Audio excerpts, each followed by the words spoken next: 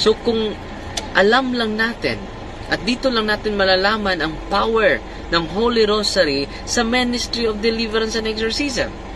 The most Holy Spirit, enter into the empty space, left by the Spirit, and feel with your presence, Lord, and protection.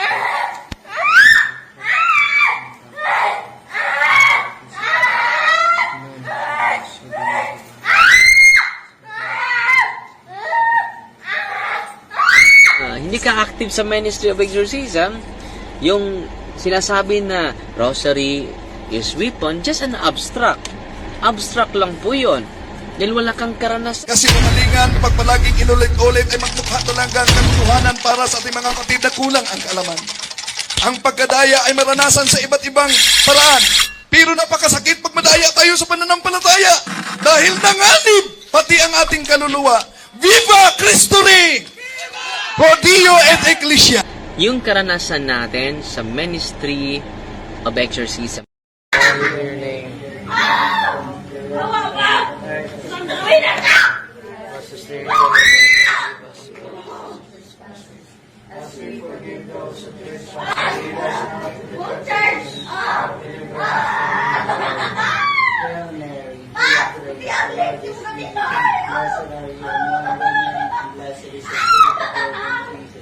Kahapon po, so maka-inspire po ito na balita dahil Month of Rosary po ngayon.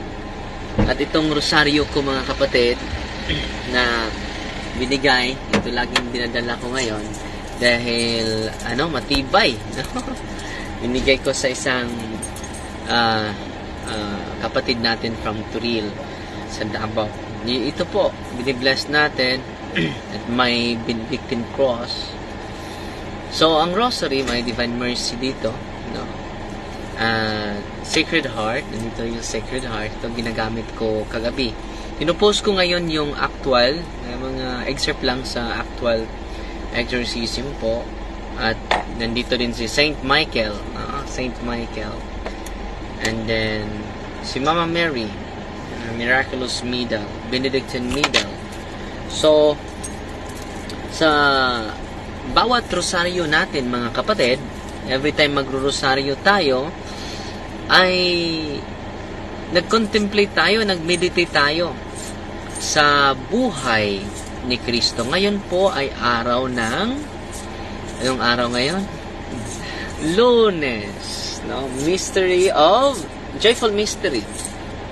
Ano ba yung unang Joyful Mystery mga kapatid? Ang unang misteryo sa kalipay, mauman ang announcement of Gabriel to Mama Mary na maging ina siya. So it is all about Jesus, ang pag-announce sa pagkasilang ni Kristo, di ba? So hindi totoo po yung accusation ng mga mahal natin ng kapatid na Marian-centered ang rosary. But it is Christ-centered. The first joyful mystery is the Annunciation of Angel Gabriel to Mama Mary. Sinong isilang? Sinong isisilang? Si Kristo. Pangalawa, anong pangalawa na joyful mystery? The visitation of Mama Mary to her cousin. So, binibisita ni Mama Mary ang kanyang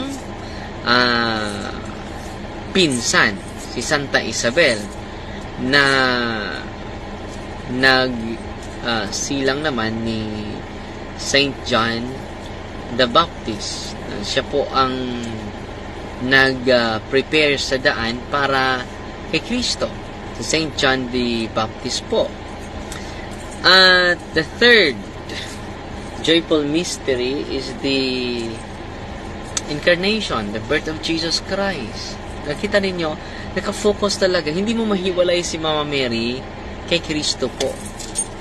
Hindi mo mahiwalay si Mama Mary kay Kristo. Connected talaga sila.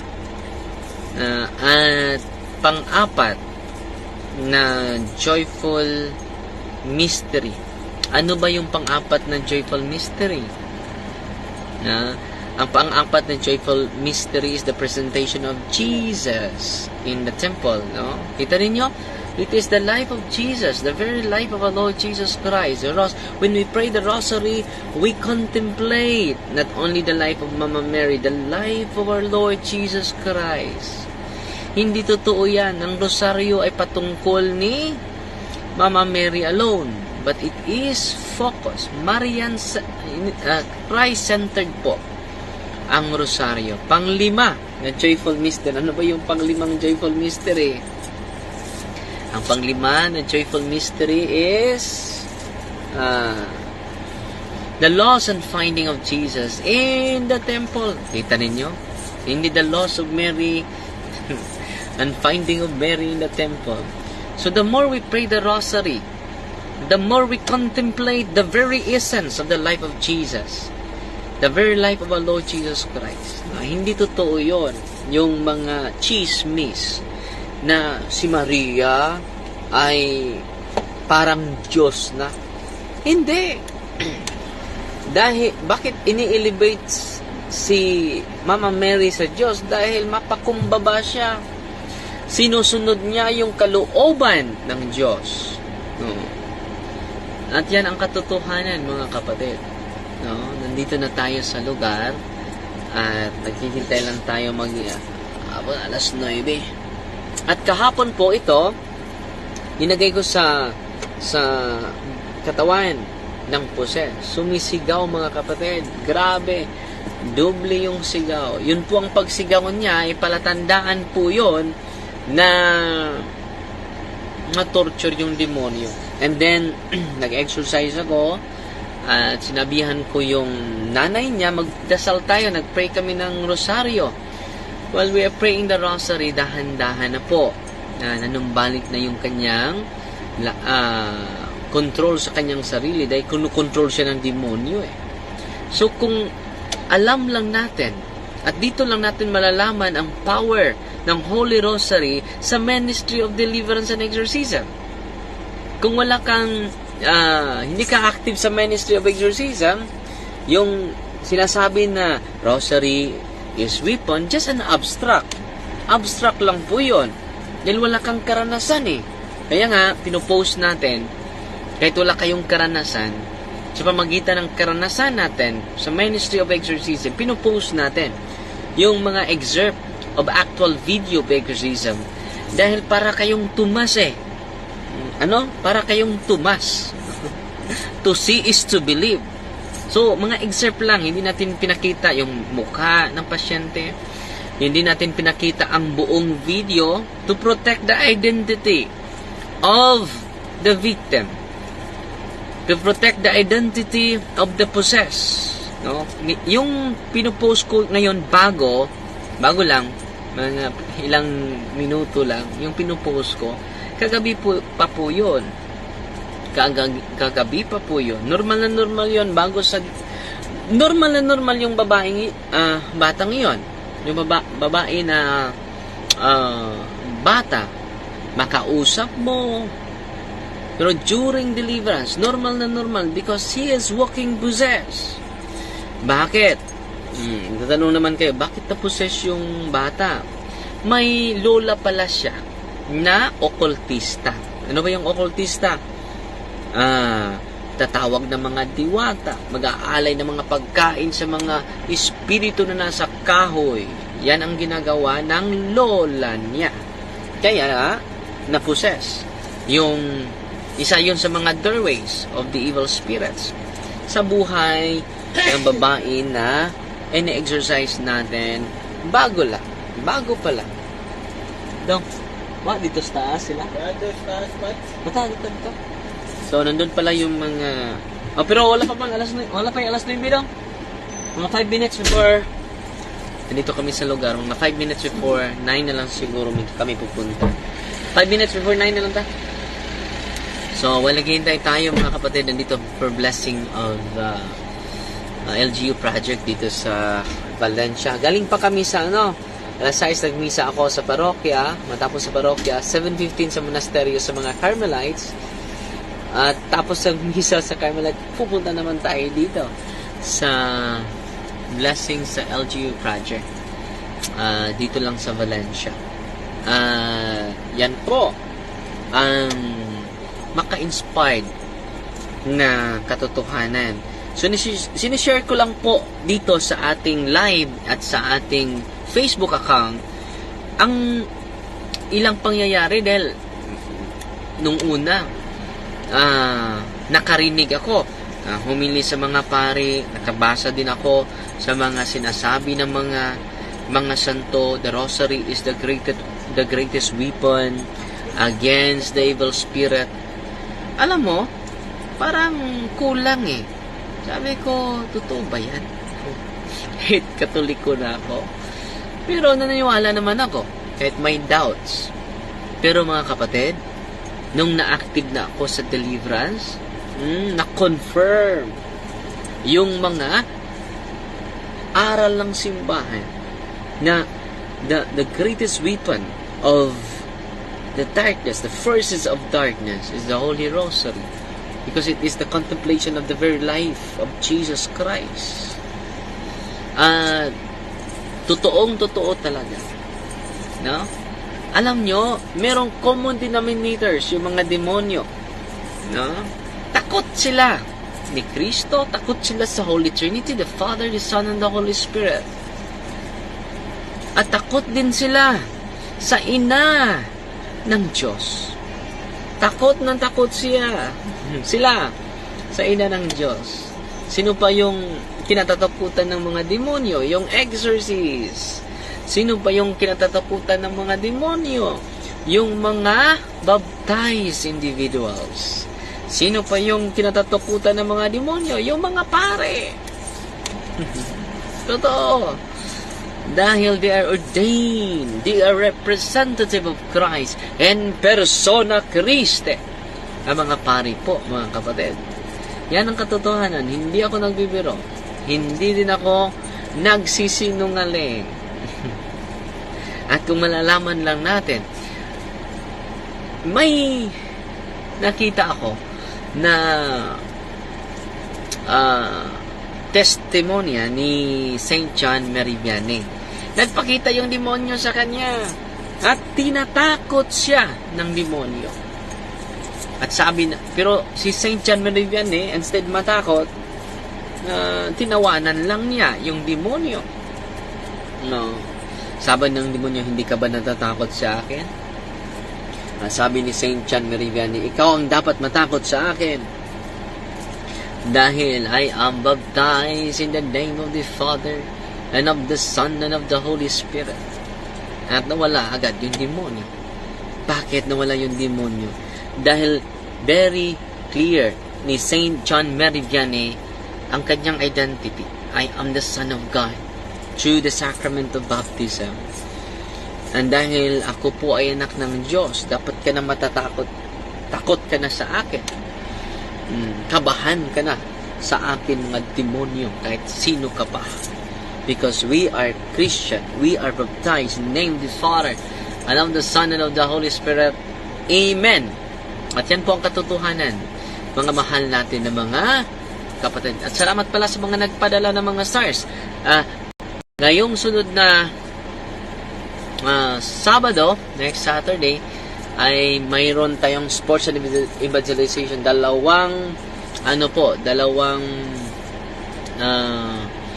Dalawang baryo ang bibisitahin natin. Nagkatay tayo ng 3 baboy.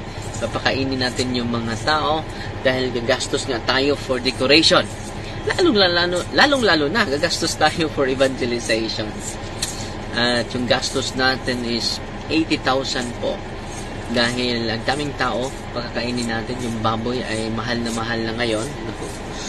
At maraming salamat po sa inyong walang humpay na pagsuporta. At pwede din kayo makatulong sa evangelization through GCash natin.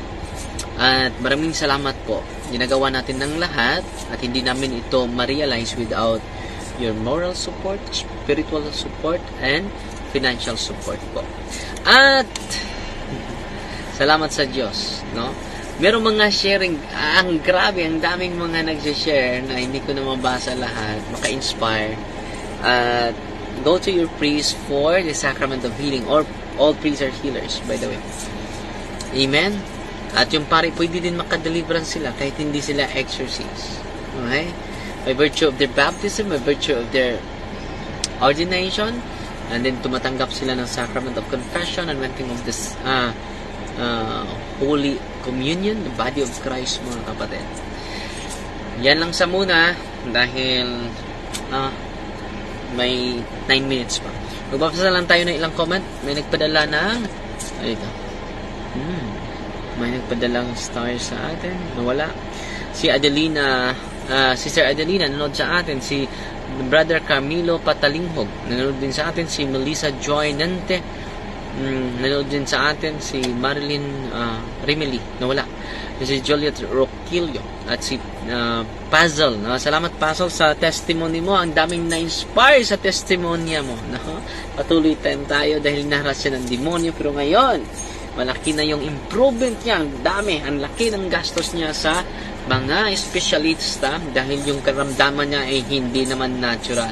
At si Luella Reynes, nanood sa atin. Si Lilia Pavo, si Mercy Alferez, si Mercy Alferez. Salamat sa inyong lahat. May 2 minutes na lang. Si Andrisa Tandog, nanood sa atin. Si Flora Casifong, si Grace Perales, si Lida Itok, si Taylin Wootton, si Iyay Riambunanza, si Arcili de la Torre, Rich Artajo, si Maria Fe, si Leonila Dabon, at si Luciano Torrente. So hindi ko mababasa yung mga comment ninyo dahil ang daming nagko-comment, mga kapatid. Umabot ating stars ng 320. Salamat po sa nagpapadala ng mga stars. So, makapangyarihan talaga ang banal na rosaryo. Mga bata na nakikinig sa akin, bring rosary wherever you go. No? Put in your pocket. Ilagay din sa inyong mga sasakyan. Dito, ilagay niyo dito. Huwag kayong mawala ng mga sacramentals. Dapat meron kayong mga sacramentals na dala-dala sa inyong katawan. Kung wala, may rosaryo. Dito yung rosaryo. Dito na yung cross. Si Kristo po ito. Natutorture yung demonyo sa mga sacramentals po. At pinakita natin yung mga ebidensya sa actual talaga sa deliverance and exorcism natin. So, kita ninyo, dumami talaga yung nakatikay, stay enlightened, because mga tao ngayon hindi maniwala without concrete evidence. So, yan, pinakita natin yung mga some excerpt of the actual exorcism natin. Grabe, no? So, sana na nakabahagi tayo ng dahil month of Rosary ngayon. So, hina-highlight natin yung, alam niyo yung pagsuot ko, sinuotan ko yung babae na bata kagabi sa rosaryo, hindi makapakali. Grabe. Kita mo yung takot na tao, sumisigaw na wala sa sarili. Yun ang nangyari sa demonyo. Mawala sila sa sarili nila because of the Holy Rosary. And the Rosary is centered of the life, on the life of Jesus Christ, centered on Jesus Christ, the very life of Jesus Christ. Huwag kayong maniwala sa mga marites, sa mga mirasol, nasasabihin nila ang rosaryo ay nag-focus lamang kay Mama ni Mary. Hindi yan totoo, mga kapatid. Amen. Sadong, oras sadong.